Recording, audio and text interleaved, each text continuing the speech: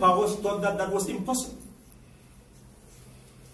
They were giving deadlines, which had to be honored.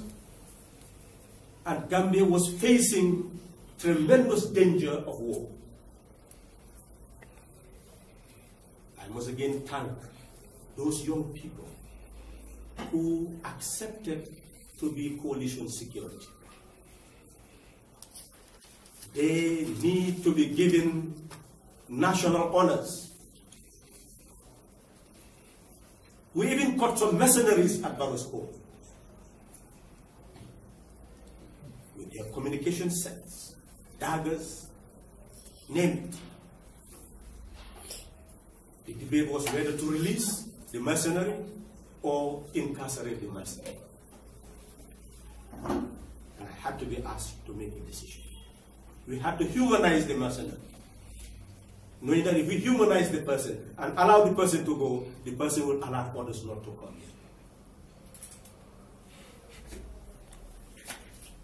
So you can see the danger that those young people were subjected to at that material time. Whenever the news came that war was evident,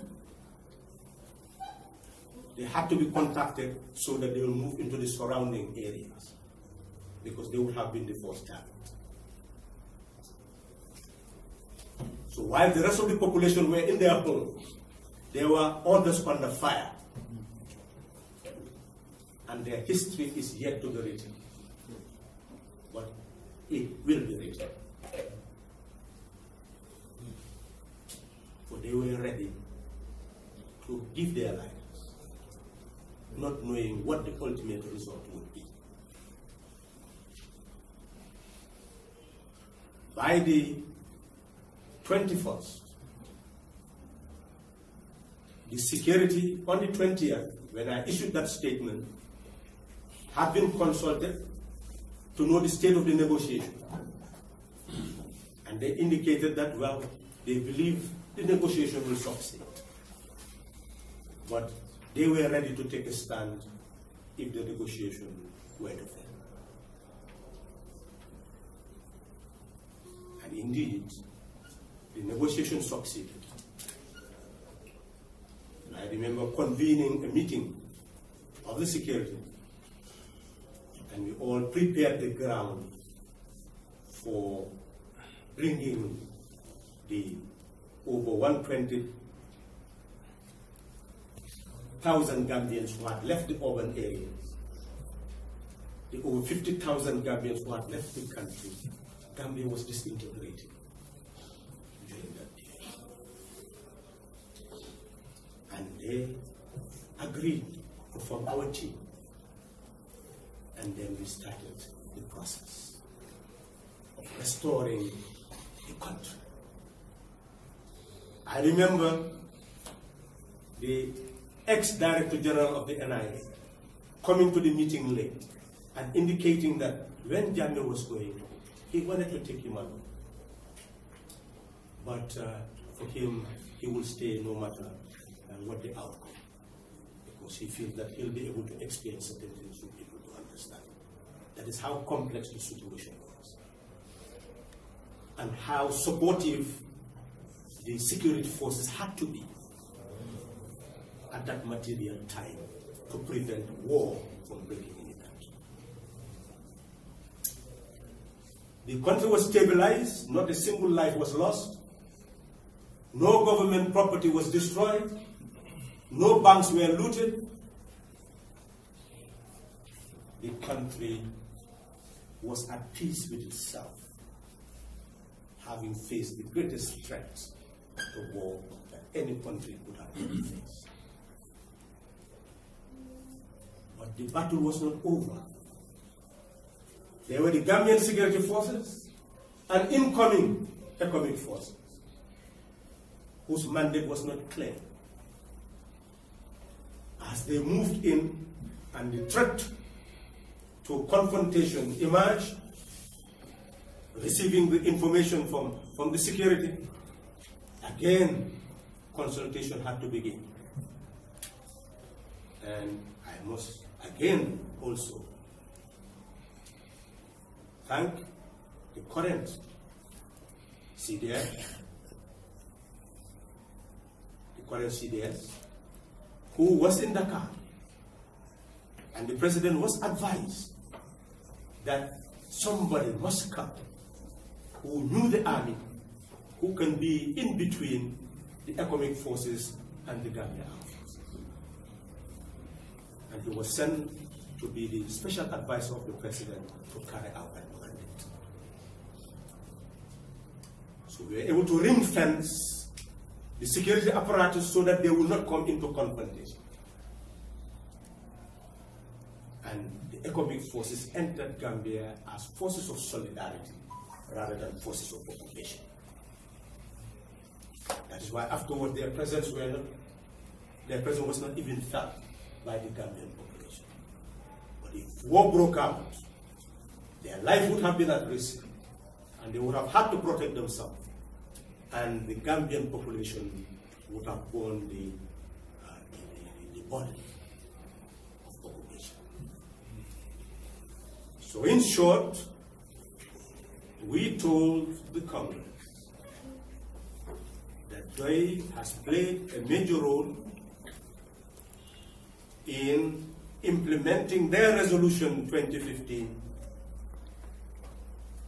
to ensure that in collaboration with all the stakeholders that we effectively change that brought President Barrow to office on the 19th of January 2017. Despite the preparation for his return, we all know that Gambia could have still disintegrated. But people had trust. And we moved into communities where people started using violence against others to calm them down. And ultimately, the violence was calmed down. And he came back, assumed office, and formed his cabinet. Where do we go from there? That is the question. For DOI, that was our achievement. We've effected the change. Now it was President Barrow's responsibility to exercise direction and control over an executive and prepare the ground for the type of policies and the institutions that would effect what the coalition aspired for. An inclusive Gambia, a transparent Gambia, an accountable Gambia, where institutions will serve the people with devotion, and structures will be established so that in the future, whoever inherits the institutions will be able to build the type of Gambia that everybody aspires for. We expected a transition where a new constitution will emerge that will empower you, the citizenry, ensure the accountability of elected representatives to the population, and ensure that services are delivered to address the needs and aspirations of the people with efficiency and effectiveness. That was the expectation.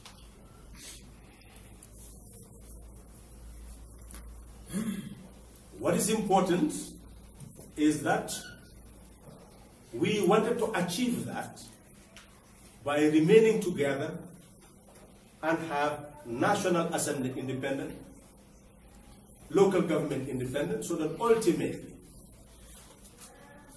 we will work in unison to build that new Gambia that will serve as the platform for system change. That the regime change, the quality of regime change, would have eradicated self-perpetuating rule, ensure civic awareness, so that we'll be able to move forward to another change where free and fair election will be held on a level ground. Parties will be given all the mandate to work on a level ground in order to contest and build the type of Gambia that we aspire for. The shortcoming is that when President Barrow started to form his cabinet, he will appoint people, he will take your appointment and go away and express your happiness for the appointment. So the coalition should have actually been examining what was left, an agreement to be able to ensure that they had a voice in cabinet appointment as well as cabinet removal. That was never sought and never given. And therefore the president became an executive president, appointing and removing at will. What exists today is an executive president. Whether he will serve a 3-year term or 5-year term is entirely left to him. Because already you can see that a coalition is just there in the past, but not in the present. So in that regard, that is the situation that we confronted in our 2018 Congress. We informed them that we had to go unprepared for a National Assembly election, go unprepared for a local government election, because the level ground that Gambia Opposition for Electoral Reform has sought for from January became elusive after regime change. And political parties sought their resources wherever they wanted. And the executive president decided to favor whoever he wanted. And ultimately, we have a country that has gone to the same political level that it was, where there is one level ground for multi-party localities. And DOI as a party, we became sandwiched in the political process in 1994, struggling and refusing to accept cabinet posts so that we moved back to democratic constitutional rule. That same party seeing two mighty forces, a former ruling party and a new ruling party, all mobilizing to exist. Then creating a situation where there was no possibility of having a genuine multi-party contest. Thus, accepting our fate that we had to continue to build coalitions in 2006, in 2011, in 2016, to effect regime change, so that the people will become liberated and then decide who should manage their affairs. We announced at the Congress that we have achieved that goal. So even if we were to die, at least if I am to die today, I believe that my generation has achieved its goal. First generation, the sovereignty of the Republic, eradication of colonialism, and asserting the right to self-determination and independence.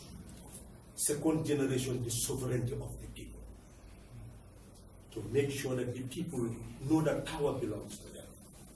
We achieved that on the 2nd of December 2016. Now Gambia is in your hands. Whatever you want of it is in your hands. Whatever it becomes is in your hands. That's what we told the country. So essentially, we had Congress resolutions. And I'll be concluding in that regard. That we, as a Congress, see the essence of sovereignty and that cooperative sovereignty that is essential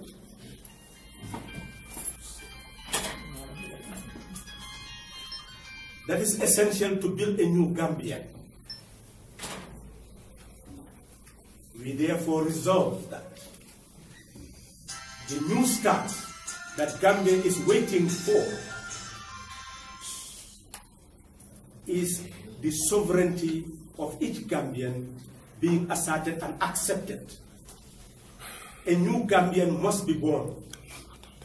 The transition should have created a new Gambian, but the transition is divided.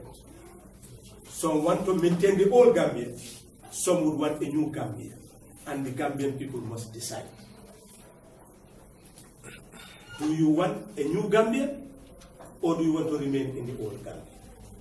If you want a new Gambian, then you must become a new Gambian. That is why the slogan of our Congress, a new Gambian for a new Gambian. System change is inconceivable without a new Gambian. So anybody who tells you that these political parties that came together are the ones who prevented system change from coming would be a misconception, would be a mistake. The political parties that came together could only achieve regime change. And the regime change, the quality of regime change is not removing just one government and replacing with another government. It is freeing the people so that now they know that the ballot box can decide the fate of the country. That is the achievement of that regime change. But to move further into system change, then we must have a new Gambian. That is why our Congress resolution states very clearly that the fundamental task of doing now is to work with anyone to help bring that new Gambian into being. Number one of our resolution. We also accept that that new Gambian is a sovereign Gambian. And together, the sovereignty will be combined to build a new Gambia. So we believe in cooperative sovereignty. Conscious Gambians, irrespective of language, irrespective of ethnic origin, irrespective of gender, irrespective of religion, irrespective of where they came from as far as this country is concerned, will now accept that they are citizens of the Gambia, and as citizens, they are the majority. As citizens, no one is a minority. It is equal in sovereignty. That is the new Gambia, who our Congress is out to strengthen and help to build.